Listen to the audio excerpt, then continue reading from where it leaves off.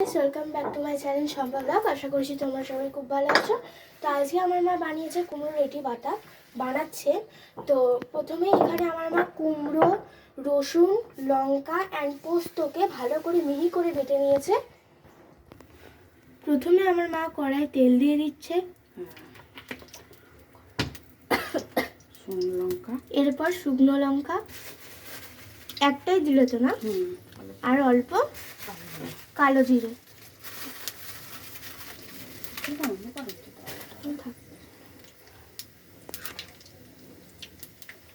এরপর পেঁয়াজ দিয়ে দিচ্ছে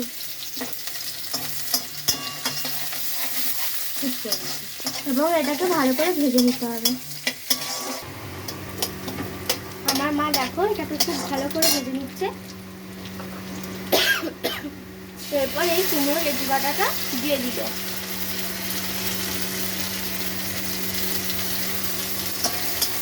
আরেকবার বলে দিই, কুমড়োর এটি বাটাটা কিন্তু আমার মা বেটে করেছেন। কুমড়োর এটি এবং রসুন, কাঁচা লঙ্কা, পোস্ত দিয়ে করেছেন এবং পেঁয়াজ, কাঁচা শুকনো লঙ্কা এবং ফোড়নের সাথে এটাকে মিক্স করে ভালো করে ভেজে নিচ্ছে।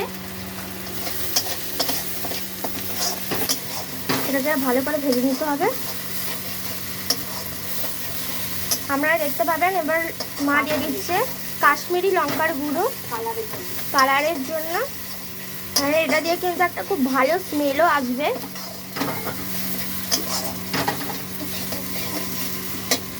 মা অল্প পরিমাণে একটু লবণ দিয়ে দিল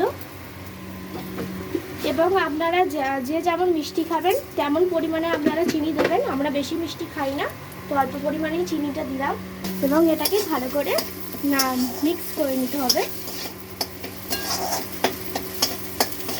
অ্যান্ড অলরেডি কিন্তু এটাতে একটা ভালো স্মেল ছেড়েও গেছে। তো এটা একদম কমপ্লিট। কতটা ছিল এবং কইটুকুনিতে পরিণত হলে আপনারা নিজেরাই দেখুন। একদম দেখে মনে হচ্ছে সুস্বাদু একটা খাবার।